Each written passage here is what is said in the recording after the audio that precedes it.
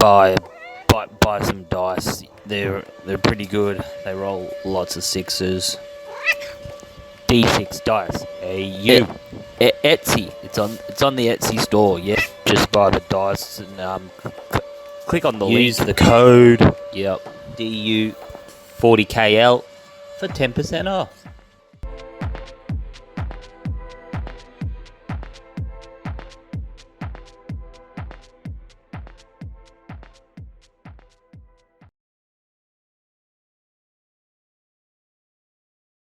Let's see if this works, boys. How we doing?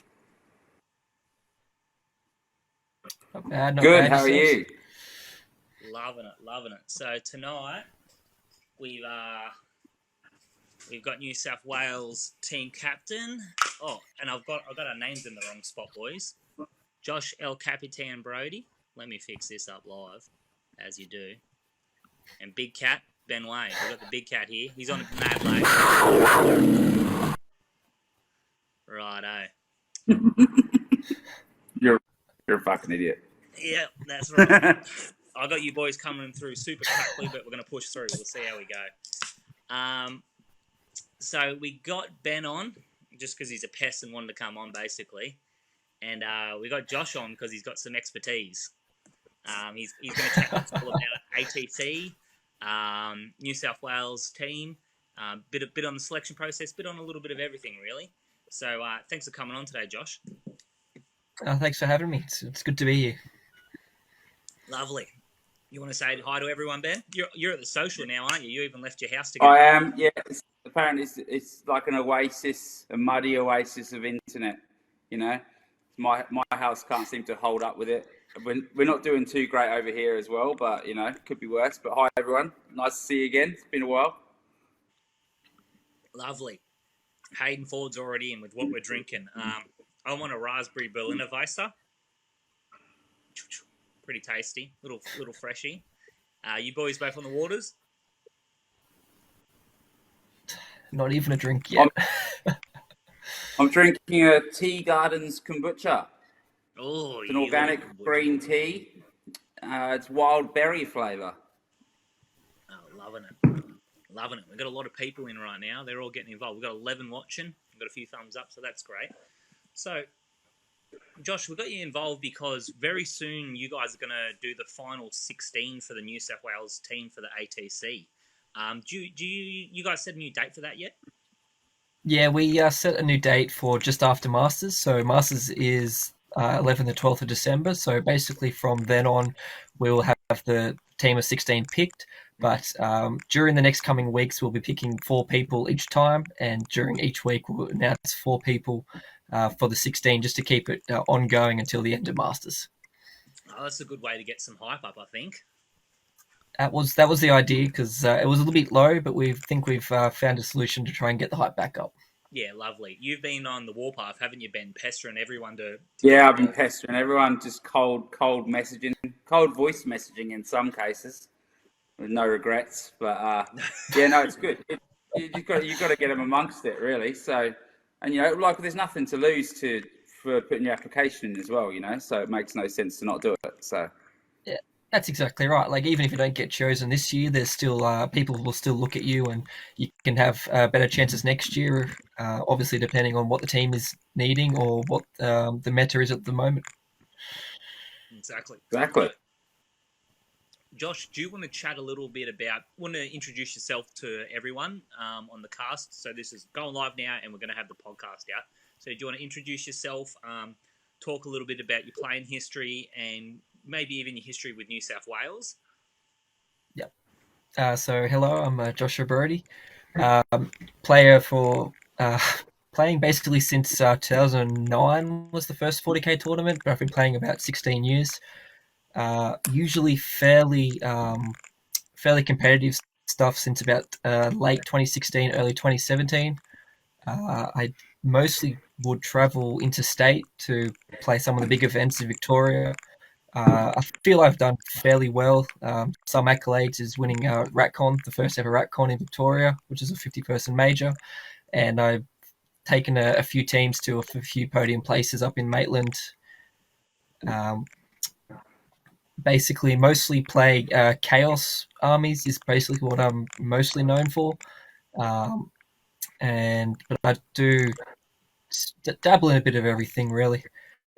And then, so with New South Wales ATC, I only been in ATC for 2 years. In 2017, I played as part of the AETC team. Yeah, that's a mouthful to say.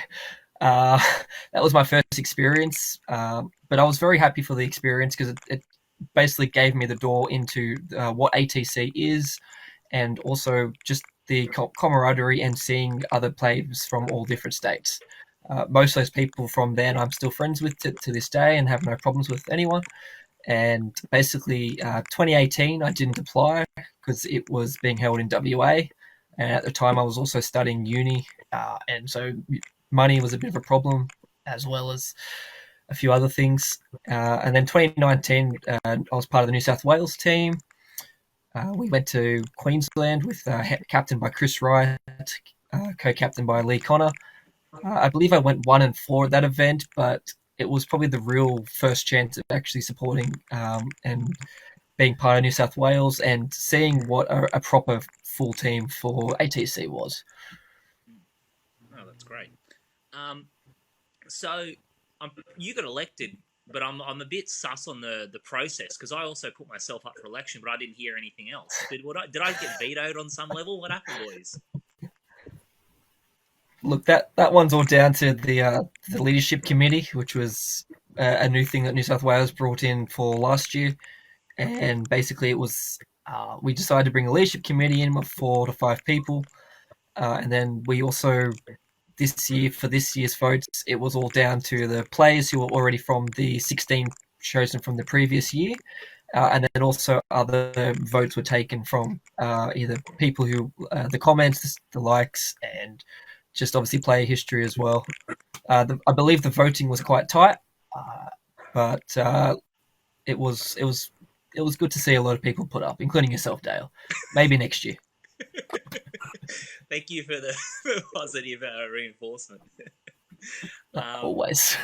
We had a question up here that was actually pretty relevant. Are you going to be picking? Hayden wants to know: will you be picking, or the team be picking a coach / assistant? And do you have a backup? Backup to yourself right now, backup captain, a vice captain, I guess you'd say. Yep. So the coach / assistant is more than likely Connor Keane. He's a very friendly person in the community.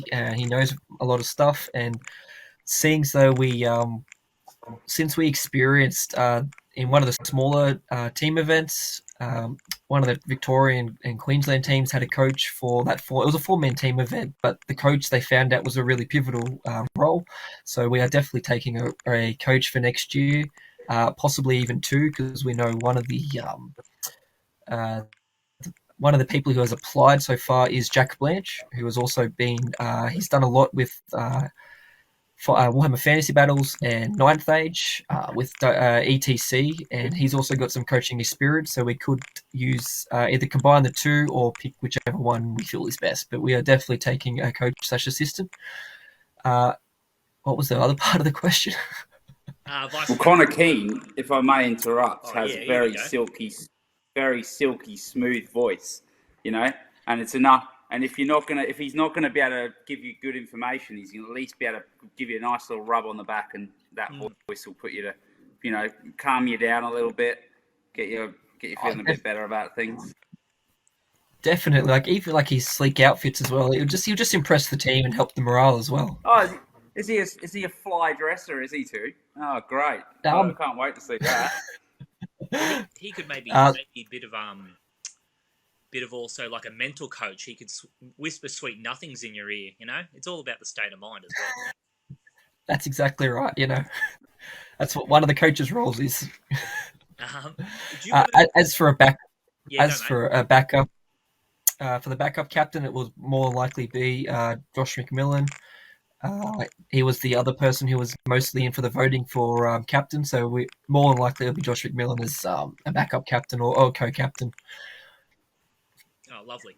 Do you want to tell everyone about what is the ATC? So a little bit on the format. So how many players you're taking, who plays, just a bit of an overview for anyone that doesn't know what the ATC is.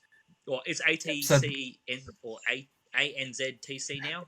You're telling me? Yeah, that's the one. So it's ANZTC stands for Australia and New Zealand Team Challenge. It's basically a yearly event that happens between all the states and territories of Australia, and now as New Zealand has been added. And basically, what it is, people will each state will choose 8 players to be as part of their team. So basically, usually it's minimum 6 to 8 teams, so usually 48 to 64 players, and then each team will play a game of 40k against each other team. So there'll be 8 games per team, and then after that, they will basically, depending how you win or lose, the scoring is very different. It's usually done on a differential system of between 0 to 20, 0 being a full loss, 20 being a maximum points. And then basically what you need to do for your team is, as long as you score 85 or more, because there's 8 players, you get to 8 times 20 is 160 points total. As long as you score 85 points in the round, your team will win the round. If it's between 84 and 76 points, your team will have a draw. And then if it's anything lower than 76, you'll have a loss. Now, these wins, losses, and draws accumulate to overall match points. A win is 2 points, a draw is 1 point, and a loss is 0 points. Then this usually goes for either 5 or 6 rounds. And basically, by the end of it, whichever team has the most round points will then be obviously declared the winner. And then if there's any tiebreakers, it will usually go down to the battle points for each event. This is usually a prestigious event for a lot of the states, and it's a lot of hard work for each state to do. Yeah, lovely. Ben, do you want to talk a little bit about where it's hosted? I believe it moves around pretty often. And do you want to talk a bit about the process on how that happens? Yeah, so where was you say it was last? Where was it last year? It was meant to be in Victoria this year, just gone, wasn't it? That is correct. In 2019, it was held in Queensland. Yeah. So generally, how they do it is they teams will put in a bid at this time to bid to host it. It's very much a very joint affair. It's everyone in Australia gets a vote, all the captains and everyone like that. So it's really good. There's a lot of people in the know and in the loop, and it's just about everyone working together to get a good team championship and together and kind of duke it out to see who's the best state, you know. Yeah, lovely. You touched on it a little bit before, Josh, but would you touch on a little bit more the social aspect of going to ATC? So obviously going the first time, meeting because a lot of the best players in Australia obviously play this. So do you want to touch on a little bit of that, getting to play them, getting to know them, getting in around those social circles and the difference maybe it meant for you when you went the first time? Yeah, sure. So, like the first time I was part of ACT, I basically had no idea what I was getting into, but I had heard of it, and then we're obviously there to play competitively and all try to win the event. But then in the times before that, everyone usually hangs out for dinners. Everyone will talk around a table, talk about their games, talk about just even things that happen in social life or just any other parts of life in general. And like you really form a really good friendship with all the other teams and other members. It's also a very good thing if you haven't been before. You can actually see some of the players that you've heard about who are doing well from other states, but never actually been able to meet. It's just a very good atmosphere as well to meet a lot of people, form these friendships. I still have a lot of these friendships still from when I first went, and like you just improve on these friendships. People offer you either if you want to stay at places when you move up to those places, or you come up for tournaments. People will give you like, hey, I can stay here. Like all these sorts of camaraderies and friendships come from ATC. Yeah, lovely. Now, I guess there is the aspect of players being able to make time and money and all that to go to the team tournament. I know that surely that we're looking to bring our best team to go to this championships.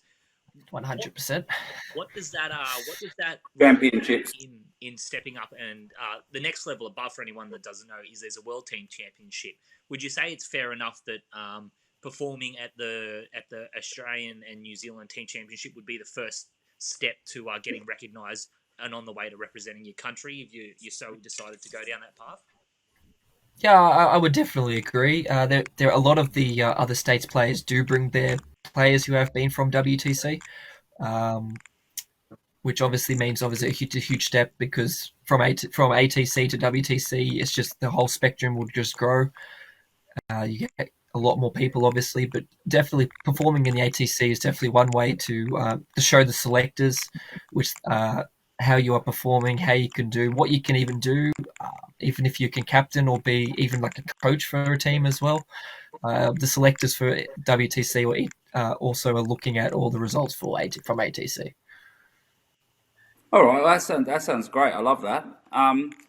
Obviously, that would be very nice going to WTC, but like you said, it's a huge jump up, isn't it, in terms of like elitesmen, around the tournament venue. You're really playing the best of the best up there, aren't you? So that's pretty exciting. Yeah, you really are. Like, you've really got to have the results to show that you can do it, and obviously the situation's a lot more harder representing for Australia instead of just representing your team. It's still very the same thing, but it's a lot more just personal, I believe, for a lot of the players. Yeah, sure. So going back to New South Wales, what are you looking at in the top 16? Obviously you've got to select them, but you're looking for a top 16 for eight final spots. Is that right? That is correct. Yes. So what's your process? What's your process? What, like, as a captain? Obviously, you've learned from previous captains before you and your previous experience of being captained. What exactly are you looking for when it comes to the 16? What's going to kind of qualify or make you think you need to watch that person or whatever? Obviously, there's got to be applications, but tell us a little bit about the process that you've taken with that. So obviously, as you said, there's the applications, and that just gives us a rough rundown of how you've been performing over, say, the last year, or because of COVID now, we've been doing it for the last couple of years just to try and get some results. So obviously, individual result in tournaments is definitely a big one. There's also been a fair few team events, so we also see how you've gone in team events, and not just purely if you've won or lost, but how you've played, depending on how you've been paired up for these particular matches. And then obviously there's the meta at the moment. You've also got to look at how that could develop going on to potential FAQs and chapter approves, as well as obviously looking at the top factions of the top factions in the game at the moment. But then obviously, again, because it's a team format, it doesn't mean you always have to take the best factions. You can just take ones that do well into particular matchups, or could be a counter meta army to the top meta armies. So basically, usually would pick mostly because of how performance is, but then there's still probably about 3 or 4 players that could be. They could be like, they might be chosen, they might not chosen, but depending on how the meta shifts, obviously within the time period of the event. But so you're not that's only, usually so how it would be. Sorry, I've just got that No, lag. Sorry. So for the top 16, you're not only looking at players and results, you're also looking at what factions they play, right? As well. Is that Yeah. Am I right in saying that? Yeah, definitely, because only one faction can be played once for each team. Faction mastery is what we call it, when people just stick with one faction for their basically, most people would choose like a year and they just choose one faction to stick with. So faction mastery, and obviously looking at each individual faction as a whole, as compared to like a singles event, because like one faction could be really good in a singles event, but then it could also have a really good matchup in a team event, depending if that team army list is going to be brought, or vice versa.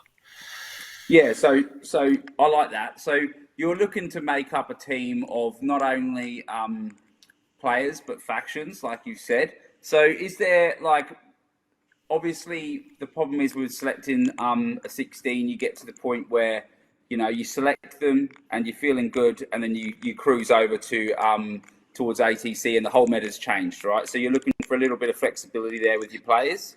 Do you know what I mean? So yeah, that's always nice to have a little bit of flex, but obviously having a 16 to pick from, like pool-wise, is obviously really ideal as well. Yeah, definitely. But like also some people in the 16 can also they have like play other factions as well. So that also gives us a bit of diversity if we want to have people who could play one army, but then they're better on another army. But then there's this person who's only been playing say one faction, and then they'll be better on one faction as compared to someone who like faction jumps essentially. So like usually we'll have a few people who can like faction jump depending on the meta and if there's chapter approved or FAQs that shake up the meta, basically. Yeah, great. We had a question from Ben Brown. He's tuned in and he wants to know what makes a good team player. It's not all just about results, right? And I'd like to build on that with. It's obviously you can't have a bunch of gun players if they don't get along socially, because you got to hang out together. You got to be in chats together. You also need to have good team dynamics. So do you want to touch on what it means to be part of Team New South Wales, more than just getting results on the field, but like making it all work as an 8-man team? Yeah, so with the 8-man team, obviously everyone tries to get along with everyone more than likely than everything. Basically, to be a good team player, you're not there for yourself, you're there for the team. And that means if you, so being there for the team means you come to practice days, you talk in the chats, you help with list designs, and that also builds upon your friendship with the team as well. So basically doing those sorts of, helpful, helping the team basically just adds to another dynamic to the, to your just building your friendship in the game. So, but essentially, basically, a good team player doesn't have to get the good results, but they could get a close result and they'd be really, really good with the team. Other players, they could be support, they could have a sponsorship, numerous other ways you could be a good team player, but it's not all just about results. Yeah, lovely. Do you want to touch a bit about Ben? About recent form versus like a proven track record. Do you want to elaborate on that, Ben? Yeah, I think like that's a really important thing. Like, and I'm sure Josh and pretty much most people I've spoken to about teams and even just the ITC in general is that with COVID, obviously like when a season's in full fling and there's a lot of tournaments and there's no COVID shutting things down and everyone gets a flat season and GW's release schedule's all on track, we can have you can go on recent track record and stuff like that. But obviously at the moment we've got a bit of an issue where the season's been a bit of a flop, let's face it, really, isn't it, so far? So obviously you're kind of basing it on would I be right in saying you'd be basing it on quite a lot towards proven track record and kind of how they performed in teams and maybe like a lot more,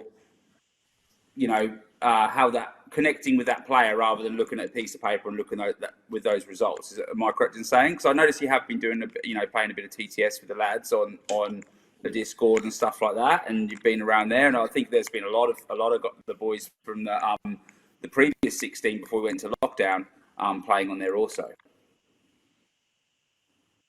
Yeah, basically it's the TTS was just for mostly me to just try and see other people, just do a bit of scouting as well, see what other people are around. Obviously, because COVID, we couldn't travel, so some people I'd heard of, I couldn't be able to play games with. So TTS gives us another medium essentially to try and play.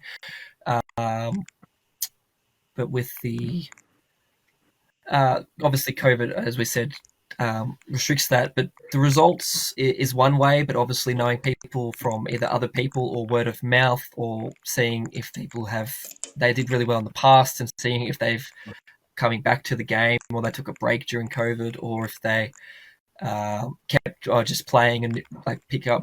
I know a lot of the players from the 16 did pick up a new faction as well, so that gives obviously just trying to express their learning for the game as well. Well, let's face it. Like everyone in COVID's had a fair whack of time to get a new project and paint it if they can get hold of the models.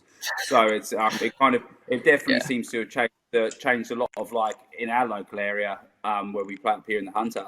It's definitely changed that meta a little bit. COVID as well. It's also made people very rusty as well, which is hilarious, but also very frustrating when you're quite rusty yourself.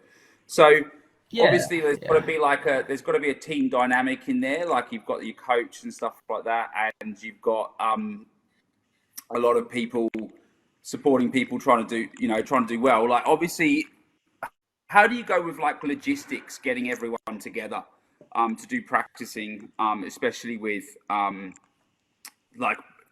let's face it, New South Wales has got a couple of outposts everywhere. It's got like Orange, some good players over in Orange. There's the Hunter. There's Sydney, which itself is a bit of a it's definitely a bit of a hive of activity of players. So how do you make sure like kind of everyone's got the time to do it and can meet up and stuff like that?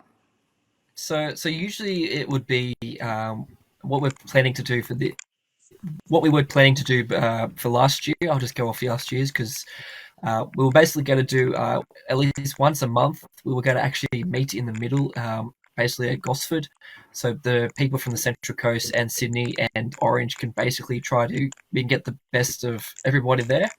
And then obviously usually probably at least once the other two, like the 2 week split between those, we would run separate training venues, one towards in the Maitland area and one down near the Sydney area, to try and keep people playing and practicing as much as possible. This also gets obviously adds on to people playing individual games that they set up as well, or game nights, etc. And then obviously the Sydney one makes it a little bit easier for the Orange players to come because, as you said, the New South Wales is very broad. Like I live about 2 hours from Sydney as well, so it's like a bit of a trek for myself. Sure. But that is the plan, pretty much, to try and get people to get together as possible, as well as trying to make it logistically possible for people to actually do it.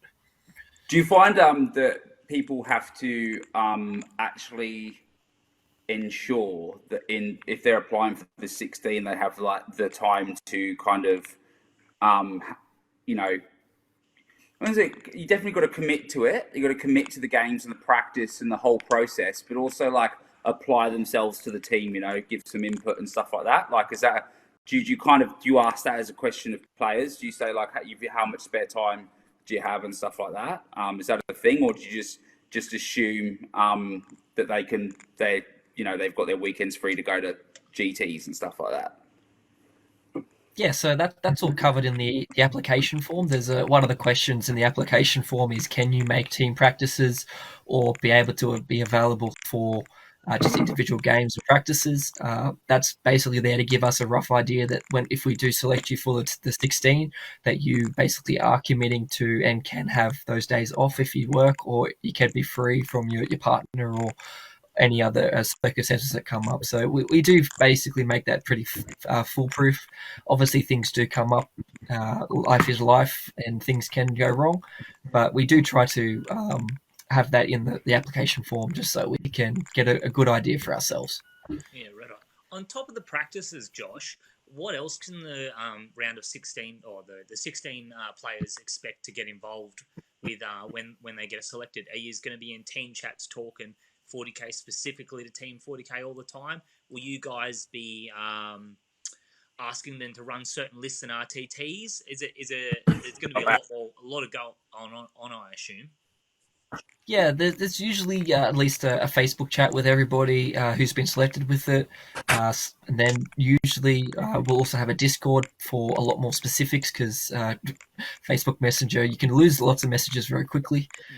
Sometimes in the past, we've also set up a Facebook page just for the team itself. But usually Discord is usually the best spot to put that. So you can put lists, different ideas, meta-analysis, lists obviously from previous events or you've been working on.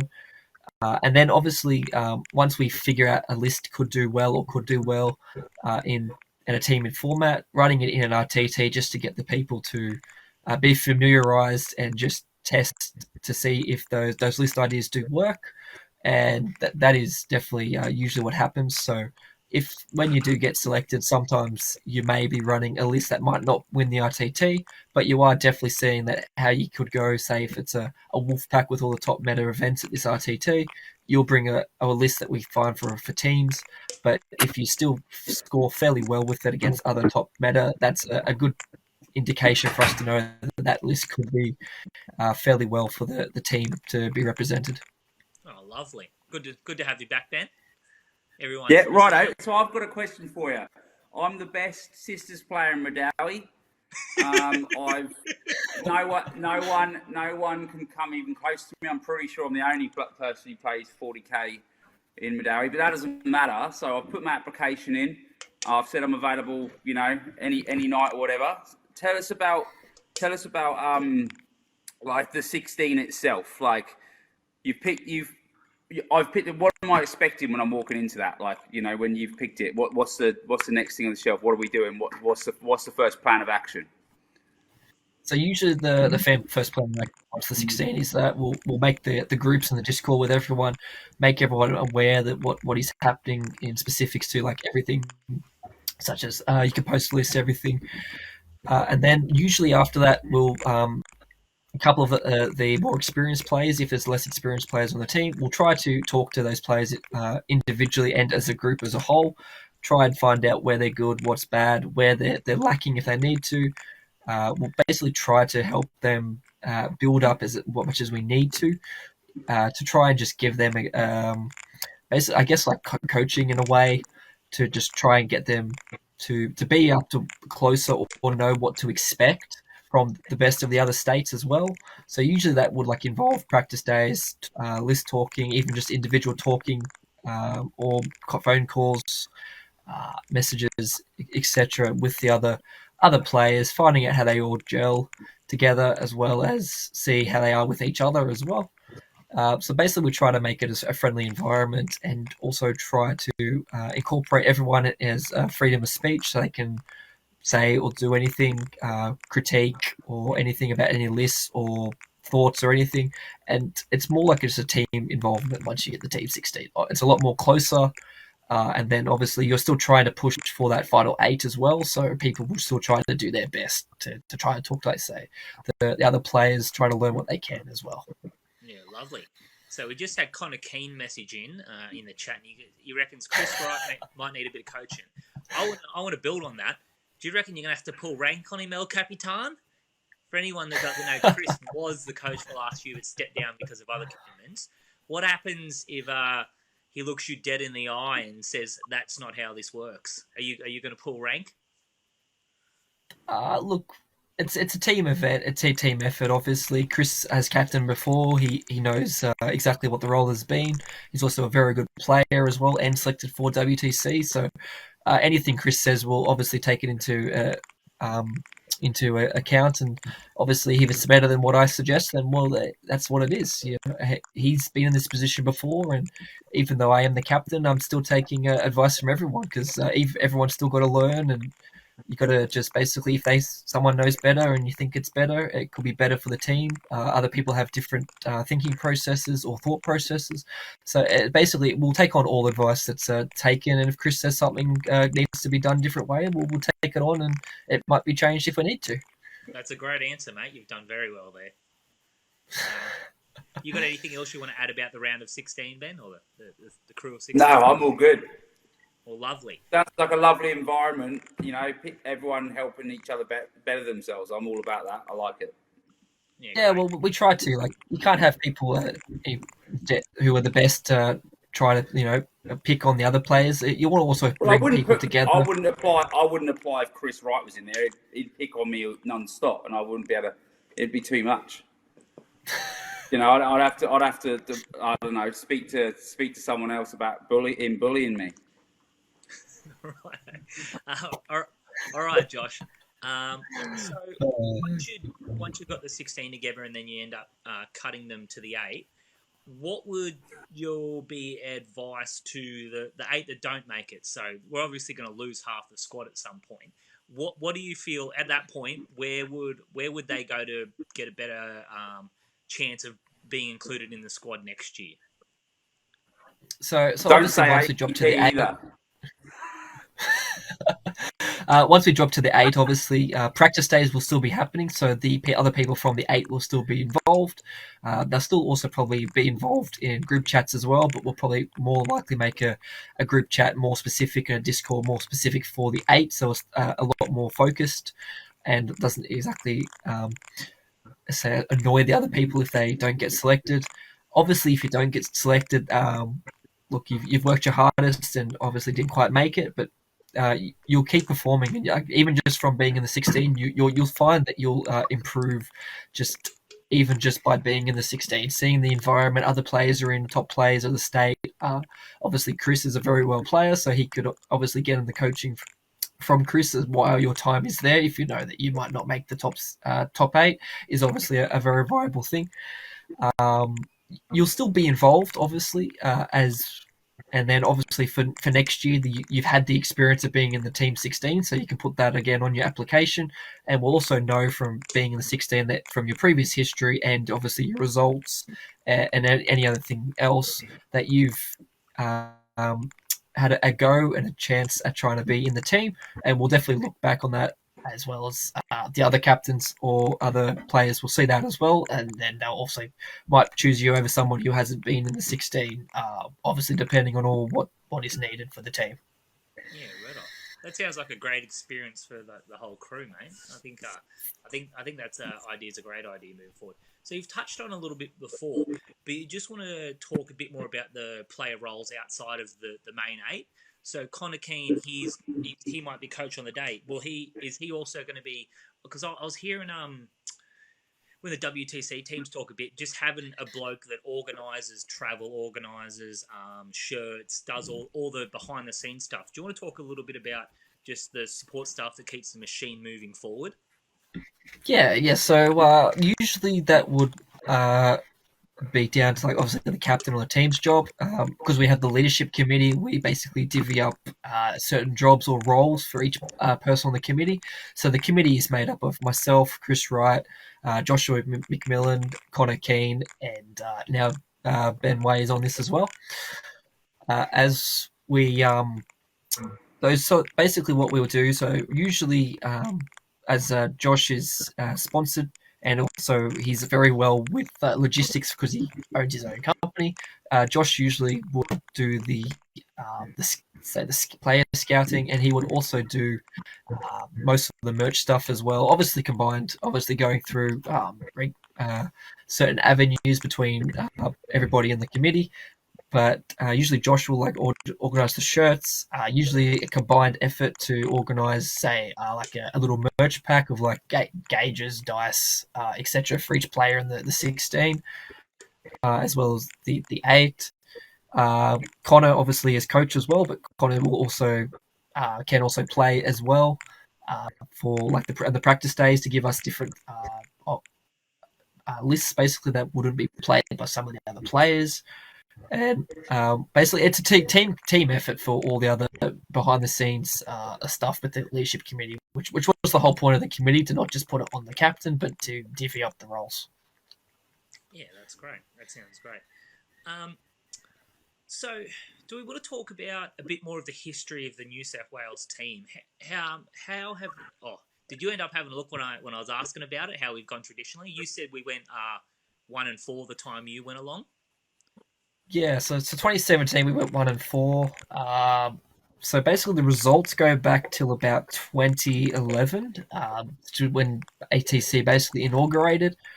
Mostly New South Wales is just outside of the podium, because there has been 4 teams that have played the last 9 events, which is Victoria, Queensland, New South Wales, and WA. So from those teams, we have podiumed at least two to three times. I believe we had a 2nd place and we had a 3rd place. Mostly New South Wales is sitting about 4th or 5th in some regards, or sometimes lower if the results have gone. So typically we go fairly middle. Obviously, we're trying to change that with going forward. But in the overall rankings of, say, the last 9 years, New South Wales is sitting 6 out of 9 teams. So New South Wales obviously is we have player base, but it's also down to obviously commitment, time, travel, or where it's hosted, things like that. Yeah.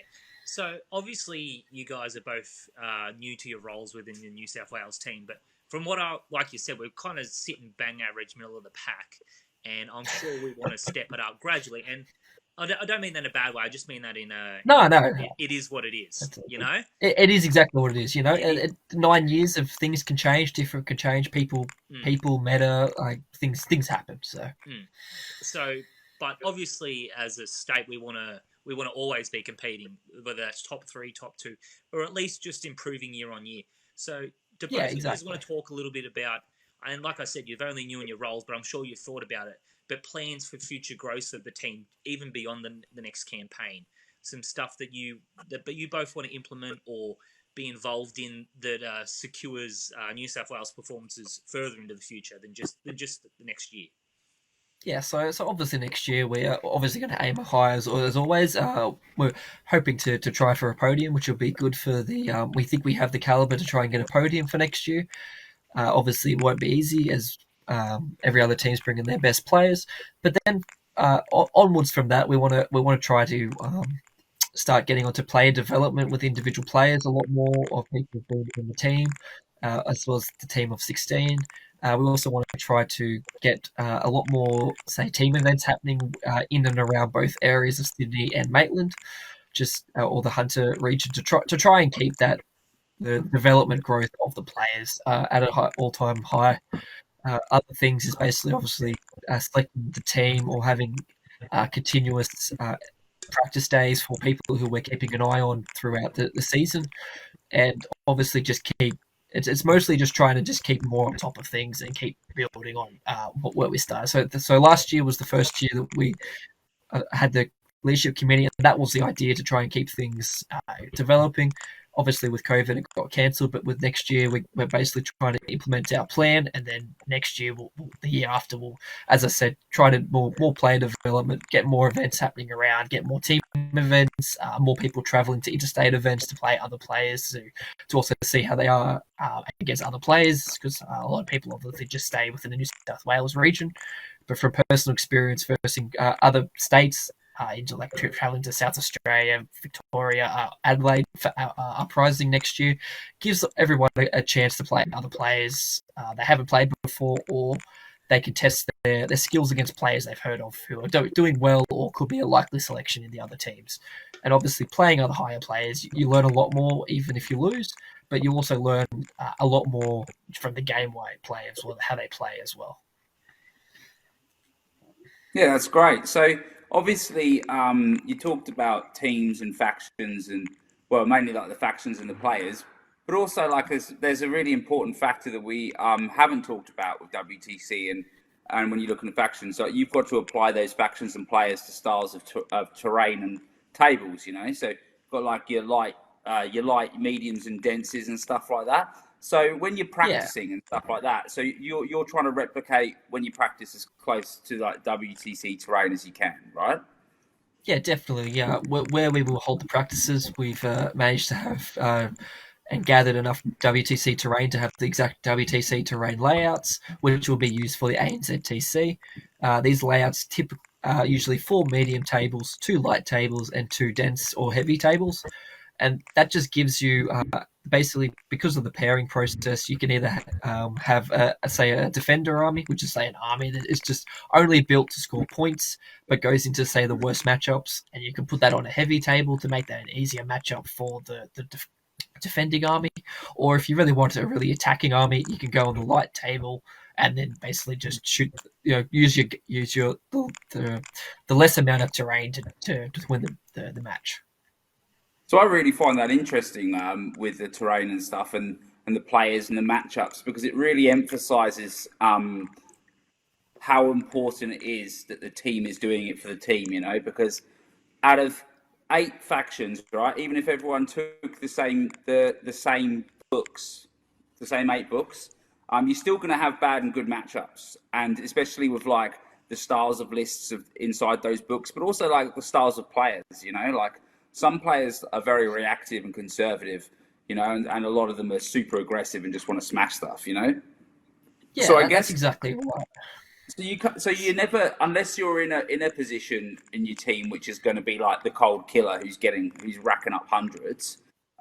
You are likely to be playing maybe a style of game and against factions that might not be. That if you're in a singles event, you'd be like, this is awful. I'm having an awful time, you know. But then what they add to a team dynamic is you're basically taking that bad matchup out of the team and putting it on yourself. You know, like, that's exactly right. And like trying to squeeze like a small differential out. You know. Yeah, like if you're in a red matchup that the team didn't want and you didn't want, but if you score like say anywhere between 5 or even a point, sometimes could even be enough for the team to throw over the line, even in the bad matchups if all the good matchups go well. And obviously that's obviously down to the pairing process, the table, the terrain, and obviously how each team captain or team pairs. So you could just take one for the team or being thrown under the bus, which is basically you're the first matchup. You probably more likely will lose it. But if you score points out of it, you've done well for the team and your team will get the better matchups in the later pairings. Yeah, great. So obviously means that you the terrain, Dale, like loving your terrain. You've got anything you want to add or ask about within that? No, I'm all good with the terrain. But it also means that you don't always have to win all of your games as well. You could have a person specifically designed just to be the bus army. And then if they score points or if they pull out a win, then they've done more than what they've been allocated for. Yeah, that's great. I love that. You know, even when you're losing, sometimes you're just the guy who's meant to take that beating. And if you can squeeze that differential out, or you know, so it's real small, or even manage to, like you said, squeak a win, like you are literally going to, you know, you're gonna be a hero, aren't you? Really, you know, probably more so of a hero exactly. getting an upset than racking up, you know, six times 100. You know. Yeah, that's exactly right. Like it could be down to obviously if people are getting the 100 points or the 20-0 differential, and obviously you're the one who makes them slip up or they slip up and you've got to win. Like it could be huge for the team, and it's also really good for the morale boost for yourself as well as the rest of the team. Yeah, that's great. I love it. Yeah, right on. All right. Well, we might move on. We asked the Discord for any questions they want to ask you, mate. Well, some of these were great. Oh, have you had a look at these? All right. Ready, Kat? I've seen a couple of them. Had a look at a few of them. All of them were great. I can guarantee you that. Right. We've got a few in there. I've saved a few from the Facebook as well. So we've actually had a few questions about this. Gary says, what does Josh think of the makeup of the team will be faction-wise? And then I also think I had Pommy Ben ask about what are your top 4 teams right now? So I know we're a long way out, but do you want to just rattle off a few go-to lists that you think, or factions that will make the cut? Yeah, so majority of the time, a Space Marine army will make the cut. It's usually a fairly balanced list. Could also be on for a new player could also be using that as well, so they could also bring that up depending on what the team needs. So usually there's always at least some sort of form of Space Marines, depending on which type of Space Marines that is. That could be depending on the person as well, and obviously depending on what the team wants. So you could take a Defender army of, say, Dark Angels, or you could take an attacking army of Blood Angels. So there's usually always a Marine army. Obviously with the meta at the moment, I would more likely say a Dark Elder or Drakari army, will as again be another balanced army, but that could also be an army to get you 20 points as well.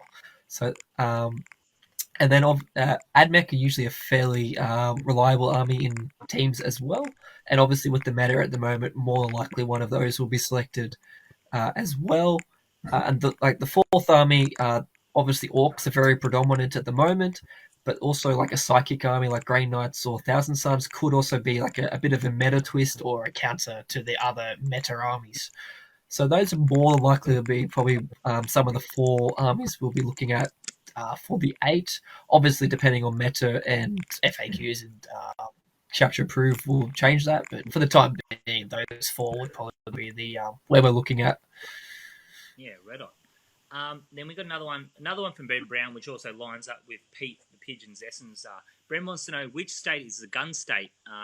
Any big scouts that the team want to take, and then Pete same asks, who do you expect to be the hardest opponent? So who's the big dogs, Josh? So usually the big dogs is usually Queensland, are always very, very good. They usually have a lot of players who represent at WTC for Australia. So Queensland are usually and predominantly the big dog that usually perform very well. Victoria is also another very good team with more other WTC players who attend as well. And then obviously WA, which most of New South Wales players don't actually get to play, say, during the season. WA also perform very well in recent years as well. And those 3 teams are also the top teams of the overall 9 ATCs that have happened as well. Obviously, as New South Wales, we would love to beat all of them, but obviously that depends on so many different factors. But like if we can, we beat Victoria in 2017. If we can beat Victoria and Queensland this next year, then it's very happy days. Yeah, right on. You sizing anyone up in particular, Ben? I know you know a few names out there in the big wide world. Sizing any? What do you mean by sizing them up? So the other teams. Who would you love to go home away from and get a victory over? Well, if I was going to play for New South Wales, which I don't think I will be, I would like to play. I'd love to play the boys at South Australia, just because I love them all, but I'd love to give them some shit as well. That'd be great. I'd also I'd really like to play the guys from Victoria and Queensland just to meet them, but I would love to see our good friends from New Zealand. I reckon would be pretty good, as we know. So I don't mind a little grudge match against because I know Hayden will be on it, so I know he's keen. So your arch nemesis, Hayden. yeah. Apparently, he's even though he's like one of the nicest guys I've ever spoken to, but definitely. And even Simon's just commented there, so come at me, bro. He's one of the Adelaide boys. So I haven't actually played him, and me and Napier got matched up round 1 at Terracon, and we ended up getting a redraw on the table, so we got matched up again. But then I ended up playing Josh, so I played one of them. So, I love that. But like you said, there's some very good teams out there. There is. Like I know when I played in 2019, when we went to Queensland, New Zealand beat us in the last round. So it'd be good to get redemption for that, for sure. Well, there you go. Sam Lemon, who is the ATC captain, I believe. That's his. Yeah, he's the ACT. Yeah. ACT rep. He says, "What up, Josh?" He's got 3 questions for you. What's your favourite ATC moment? So you've been to 2. Do you have a favourite moment from any of them? It's probably not the most favourite moment. It's actually a personal moment myself, but it's quite funny, and it usually comes up like every time I see interstate players. But in 2019, I flew up by plane, but my army I dropped off at a friend's place. Now, I packed my army into this one red toolbox, but the thing is, I have 2 red toolboxes for my armies when I was running. So I picked up the army, and I assumed it was my army, which I was playing demons at the time. And I rock up to Queensland, rock up for game 1, open the toolbox. It's Deathwatch instead of demons. Oh, so we some of the Queensland boys helped out to try to get up a demon army that was the one that I could run. By round 2, I had a demon army I could use for the points. So I'm very appreciative for that. But always check your army cases, people. Definitely not a good moment. Nightmare material. Oh, mate. That's like you wake up you open your toolbox, you got the wrong army, and then you wake up in your bed in a hot sweat. I wish it was that, but no. There was a shock. There was a shock fate. So I had to sit down for about 5 minutes and go, oh shit. Right. Sam's second question is, and this is a really good question. Who do you predict to podium for 2022? So let's Shoot your shot. Let's where are you going to put New South Wales on this podium? Let's hear it. Look, I'd love to put New South Wales as first, but I think if we pop into second or third, we'll be very happy. I definitely know that Queensland and WA both have a very strong team for next year, and I've played most of the players from Queensland. They are very solid players, and I also, due to COVID, I know that Queensland has pretty much been fairly free and have been practicing at least every 2 weeks. They've had an event, at least a couple of events each month. So I really do reckon Queensland will more likely take it because of the timing, COVID, and just the solid players they chose for this next season. Yeah, well, WA and SA have also had a pretty good COVID-free run too, haven't they? Yeah, that they have Mike's indeed. still running heaps of events over in WA, and the boys in South Australia, I think they're locked down for 4 days. That was it, you know? Yeah. So I feel that the time, obviously during COVID, and as we mentioned earlier, the people might have forgotten a few things. They might be a bit rusty. I feel that Queensland, South Australia, or WA have a lot more chance. Obviously, I love Australia, New South Wales to win, but we'll definitely be aiming for a podium. But obviously, we'll try and do our best to see what happens. Righto, let's call one of them out. You've named 3 plus us on the podium. Who we knocking off? Let's get serious here. Look, if I nominate, I have friends in all of them, so this could be an interesting one. Don't pop out on us, Josh. New Zealand beat us in the last one, so let's name them as one. So I'm going to put them forward. I've got nothing to do with this, but I'm putting New Zealand forward first one. Look, I probably, if I had to make a thing, I'd put Queensland, probably WA, and then probably South Australia. Oh, I like that. This is where we get the hard-hitting interviews, boys. Down under 40k podcast. Sorry, that's what I thought you were talking about, knocking them off the podium. I was like, well, they're New Zealand for sure. No. I didn't even hear the question. It was like dropping out. I just assumed I knew what you said. Sorry, so. mate. Oh, no, we're straight to the point here. Look, I have friends in WA, like a lot of friends WA, Victoria, like all states. So obviously there's no hard feelings, but we'll see at the tabletops. We'll see. I'll check in the comments what the South Australians have to say about that. Last one from Sam. What's the biggest quality or set of qualities you will be looking for in a New South Wales applicant?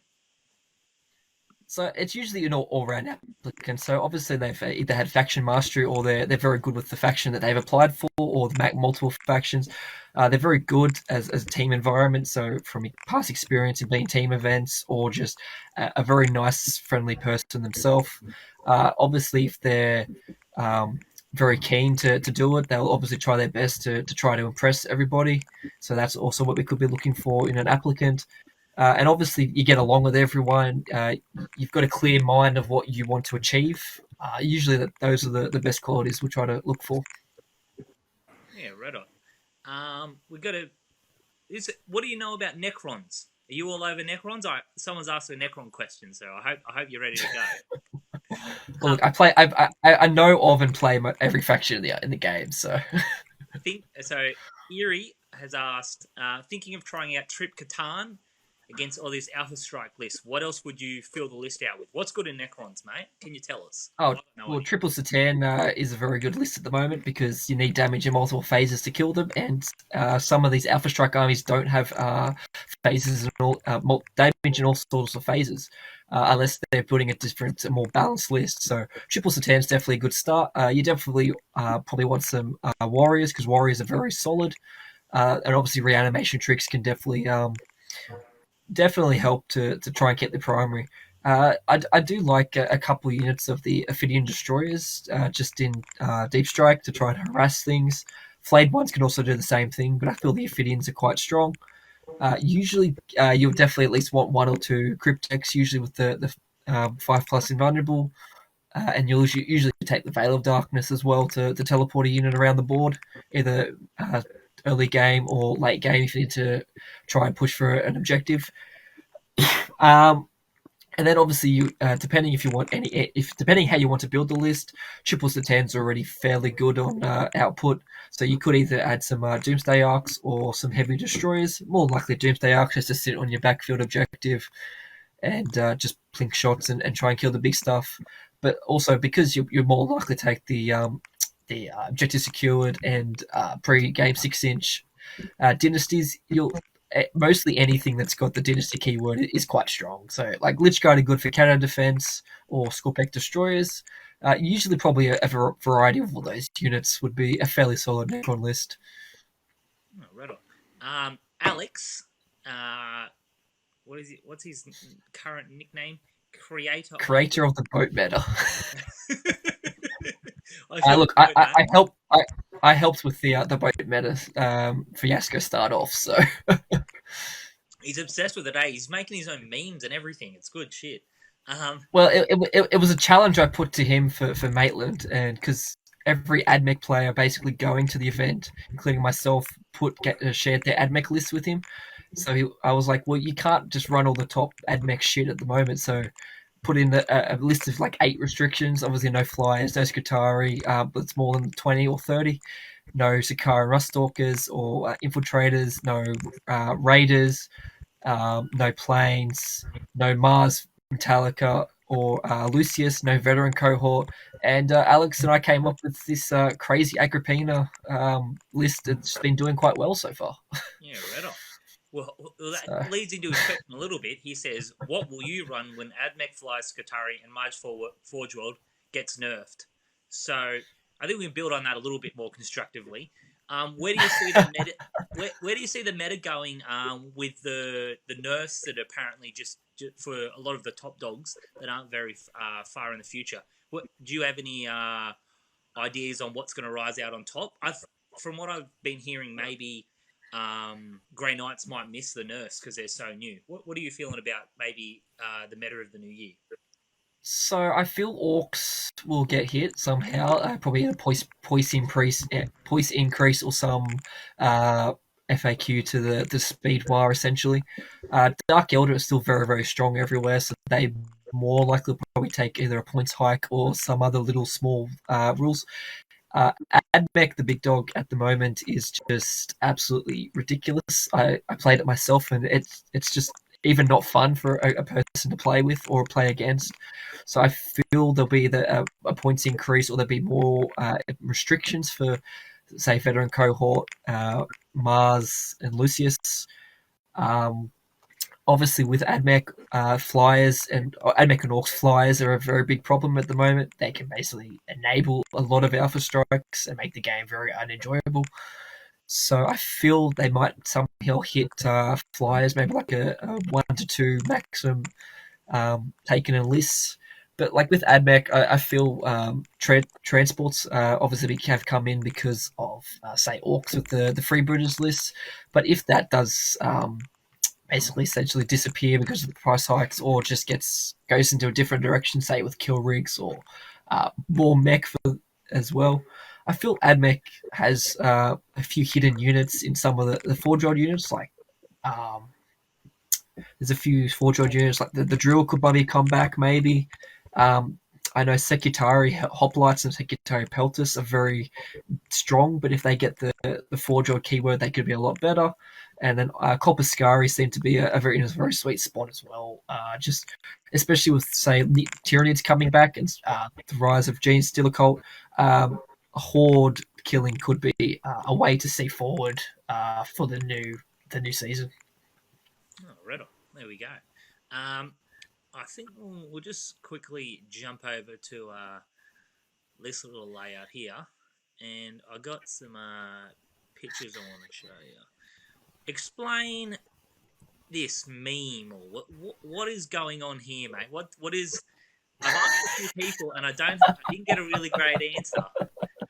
What's all right? So, do you want to explain to everyone listening on the podcast first? So basically, this meme is it's a picture that Connor Keane actually took, and basically, me and my brother were at an event. I hadn't bought lunch for that event, so I went to the nearby servo, and I feel like I just grabbed some pizza shapes just to eat something for lunch, and then they took this picture, and then next thing you know, Connor's made this meme going on about that I'm not sponsored by Pizza Shapes, and that basically comes because the shirt I'm wearing is my sponsorship shirt from the store that I sponsor, which is RC Crew in Condell Park, and basically Connor went off there trying to say that I'm not supported by Shapes, but every time I see it, he's always saying or mentioning everything about Shapes. So there was also a hilarious thing that we did the last team event that we actually attended. We actually named our team Cheese and Bacon Shapes, and we all had a box of cheese and bacon shapes to give to everyone just to go along with the meme. Are they the best shapes? Can you confirm? I'm a bit of a chicken crimpy man myself. What are you back, Ben? Shapes? Yeah, what's your favourite shapes? Oh, mate? I don't know. I haven't really tried them all. I'm not really from here, but I'll just eat whatever. Just stop. All right, come on. Let's let the experts talk. Josh, chicken crimpies or pizza? Oh, look, I prefer both. They're both very good at the time. Did you say you prefer both? Yeah, I like cheese and bacon, chicken crimpy, pizza, and barbecue. Like it's hard to pick a good one when they're all just so good. You're a fan of all of them. Like you're a fan of all states. You're just a man that loves everything. I like it. Hey, look, I'm a fan of all armies as well, so we could add that one as well. Variety is the spice of life. Now, I went and found this old page, the old New South Wales page. In what way is New South Wales 40k related to a rhino? Do you actually know anything about this? What's going on here? I believe this was more probably Chris and Lee Connor and maybe Hayden Ford's way of just trying to represent. I think we're just trying to find a mascot or a team logo that kind of represented. I don't have much input in that, but I have seen that around a fair bit. Is anyone in the chat has some explanation on why there's an extremely muscly rhino that is apparently a 40k mascot? As current captain, is that still the current go? What's that? Are you endorsing muscly rhinos or what? I think the actual real worry is when you look at that photo that his body's outgrown his horn. Yeah, true. He needs horn enhancements. That's true, Ben. That's very I feel so. Some dark techno enhancements will fix him. Yeah, that's concerning. Well, I think it's very if you think about it, it's very poetic. You remember the Greek statues back in the day where they were muscly men, but they had a small hoo-hoo? Maybe it's the same with rhinos. No matter how much a rhino works out, he can't grow his horn. Hey, look, maybe it was back in the time when rhinos were part of the meta. You'd see rhinos everywhere, so I don't know. Oh, yeah, well, my advice for that rhino would be to check his spam folder because you might find some solutions in there. I think there's some pills. There's some pills in there that might grow his horn. Yeah, that's what I reckon. We had a chat. Brother's in the chat here somewhere. He's back and he's a bit more precise. Pizza shapes for life. So he's all. He's all in on that. Is there anything else in the chat? They're having a go at you for not being decisive and liking everything. Sam Lemon, what's with this political correctness for you? He's not from Canberra, is he? They want you to be. Definitely not. Hey, look, I'll be precise when I need to, when we pick the players for the team and which factions to play. Like pizza shapes or barbecue, like all shapes are good. All shapes. Well, yeah. Well, that's it. You can't badmouth any of the factions or the shapes because you might need them later in life. That's fair. Well, that's exactly right. I think that's about it for the questions, and that's about it for the stuff. Me and Ben are going to talk. Do you want to stay on, Josh? We're going to do just a little bit more general stuff.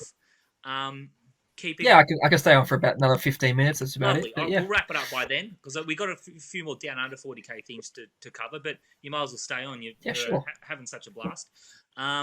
Always. We'll actually go for a quick advert and then we'll continue. Oh, actually, before we go for the advert, do you want to let everyone know? So you're on our Discord, which is an improvement on a few of the other guests we've had on. So bravo there. You've done hey, look. That's right. Hey, look, I just wanted to play you, Josh and Gelky, you scumbag. I just wanted to play some games while I couldn't play. So TTS was the way, and obviously to join the community and see everyone. That's it. So people can reach out to you if they want to chat anything to do with New South Wales 40K or that. They can find you on our Discord. Yep. Where else can they find you, mate? So you can obviously message me on my Facebook as well. I'm always up, usually mostly online. Most people are quite very adventurous when I message people or get messages to, so I'm always on my Facebook. You can also email New South Wales 40k at gmail.com, and either Josh McMillan or myself can answer those with any questions or queries there. Lovely. And do you want to plug anything? Do you want to your gaming group, your local store, anything you're getting up to in the future? So yeah, sure. So obviously I represent Vanguard. They're a team from Sydney, but me and my brother joined them just before CanCon 2020. So I represent Vanguard. Very good team run by Justin Locke. So I've run for them. I also sponsored by RC Crew in Condell Park. RC Crew also hold events, casual events and competitive events. We held a few team events back before COVID, and I'm usually always mostly in charge of choosing the dates for the monthly events, which is usually always a monthly casual event for people who just want to either test lists or people who just want to play games. Or there's the competitive event, which is more hardcore, but there's usually those that run every month. So that's always a thing. And I'm also about to start up a competitive boot camp for people who obviously aren't too competitive or haven't joined tournaments. I'm about to start up a boot camp from Tuesday, November 9th at RC Crew. And this will run a fortnightly schedule for about 7 to 8 lessons. And basically I'll run through a lot of the competitive 40k aspects of the game, show you different tricks that obviously you might not be aware of, and basically try to improve your competitive 40k experience. Oh, lovely. You want to That's awesome. Finish anything off there, Ben? No, it's all sounding great. It's all brilliant. Lovely. All right, we'll have a little So thanks for coming on, mate. Yeah, have an advert. No, We'll wrap it up.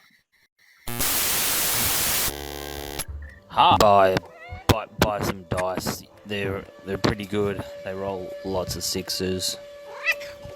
D6 dice. Etsy. It's on the Etsy store. Yeah, just buy the dice and click on the use link. The code. Yep. DU40KL for 10% off.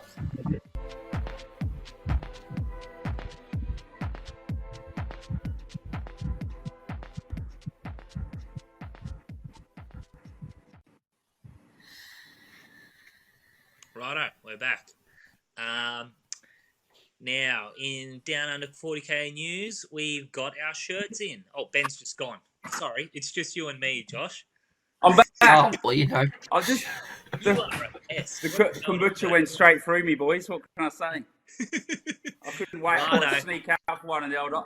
Then I forgot how far the bloody toilet is around here. All right. Enough of your bowel movements, mate. We've got our shirts in. It's been a long wait. We've actually been pestered as we speak. Pete and his lovely partner are modelling them for us.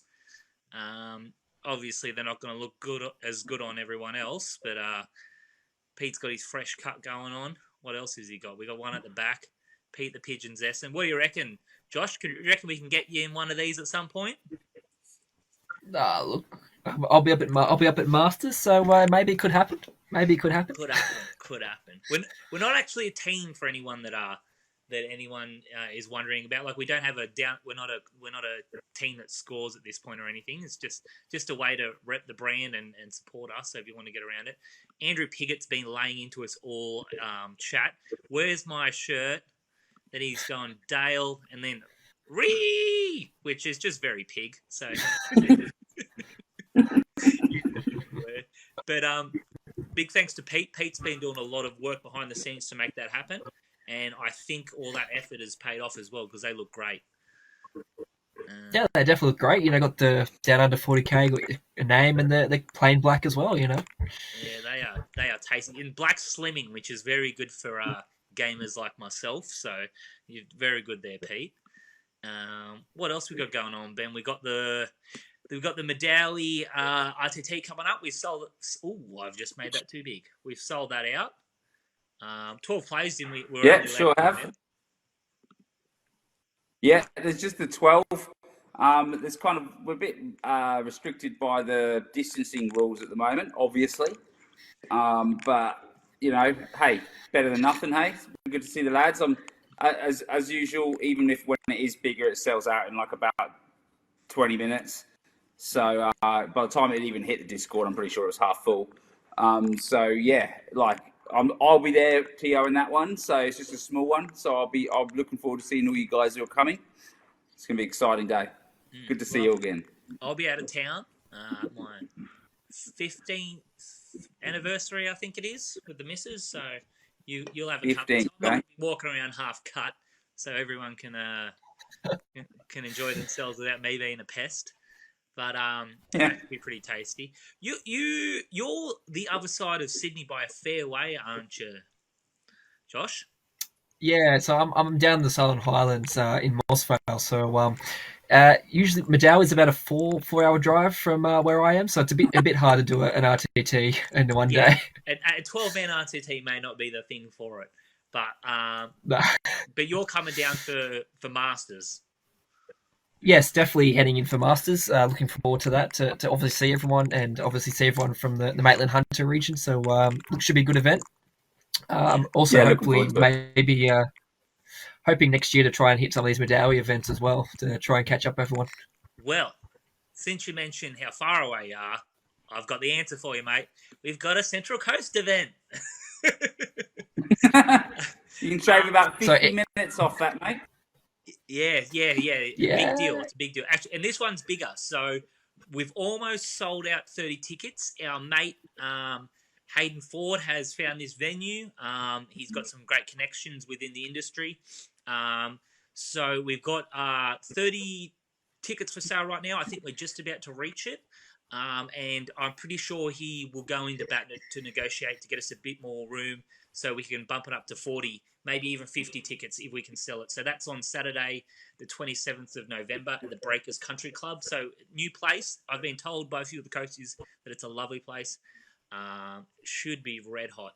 And there's also even whispers of a Sydney one going on either late this year or early next year, but we'll just see.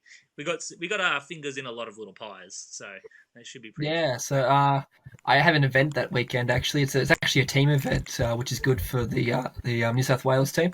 Yeah, do you want to plug that, mate? It's being held in Narellan at the Game Centre in Narellan. It's a 10 team, 4 players per team event being run out of Narellan. I believe it just sold out, I believe, yesterday. So should be a good little small team event. And we've got a few different players coming from different states. I've actually got Sam Lemon actually on my team. So a bit of ACT support. So should be a good event. But yeah, this Central Coast event should be pretty sweet as well. So good to get 40k going in New South Wales. Well, that's the impressive thing, because I actually didn't realise, because we normally do Sundays, so we normally don't clash with anyone. But then someone said, well, the boys are playing this, but you've already sold out basically by the time we started, and we still sold almost 30 tickets. So that's a great sign for the healthiness of the 40k in New South Wales right now. Yeah, definitely. 70 players between the two events, obviously minimum if this event goes more. So it's good for the scene. That's great. And there is Narellan, wasn't it? Yeah, Narellan. Yeah. That'd be the premier team, like more than one often teams event going on in New South Wales right now, because you guys host them pretty often, don't they? Yeah, so before COVID we held 2 at RC Crew, and we've held now 2 at Narellan. So this will be the 3rd at Narellan, or the 5th team event for basically Sydney area of New South Wales. I know at the previous team event before COVID, I actually had Forest Castle and Peter Zessen on my team from up your way, which they really enjoyed the event. Yeah, that's red on. So that's a great place to go looking for some stuff if you want to dip your toes into the team scene. And I know the big Maitland one will be back on and scheduled when they get a chance. Did you have a team in that one, Josh? Yeah, I was part of a team with Josh McMillan on that one, but when it gets redone, I might bring up my own team again and see how we go. Yeah, tasty. I was signed up. Didn't have my army ready, so I'm not going to say I wasn't a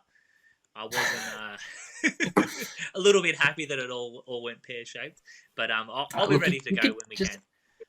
You can just play with grey models, just lose the 10 points on paint, you know. Oh, I couldn't do that to my teammates. That's the problem. I can do that to myself, but I wouldn't do that to the boys. Righto, Ben.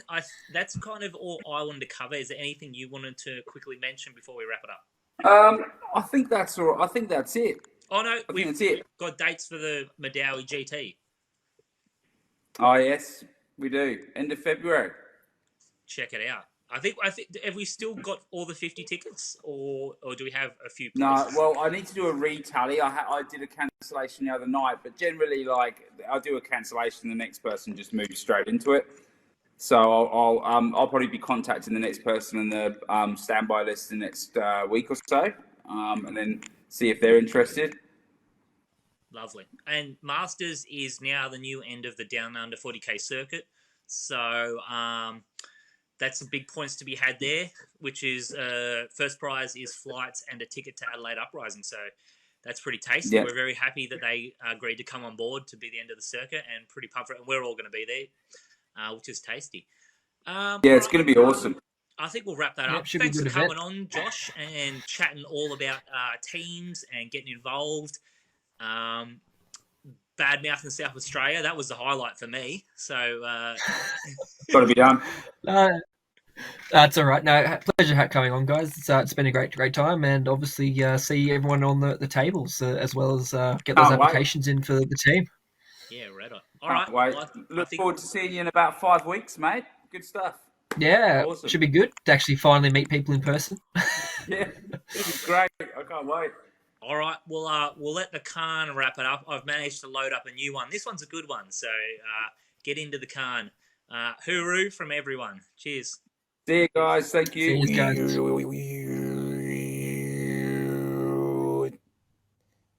In the steppe, we learnt to ride at the age of 3, to man a bow, and to fire accurately whilst all 4 horse hooves were off the ground, and we were truly in flight. We mastered every aspect of life and warfare. Of course, if we knew all we had to do was buy a bunch of orc buggies and just play the first turn, we would have just done that shit instead. From the wisdom of the Khan.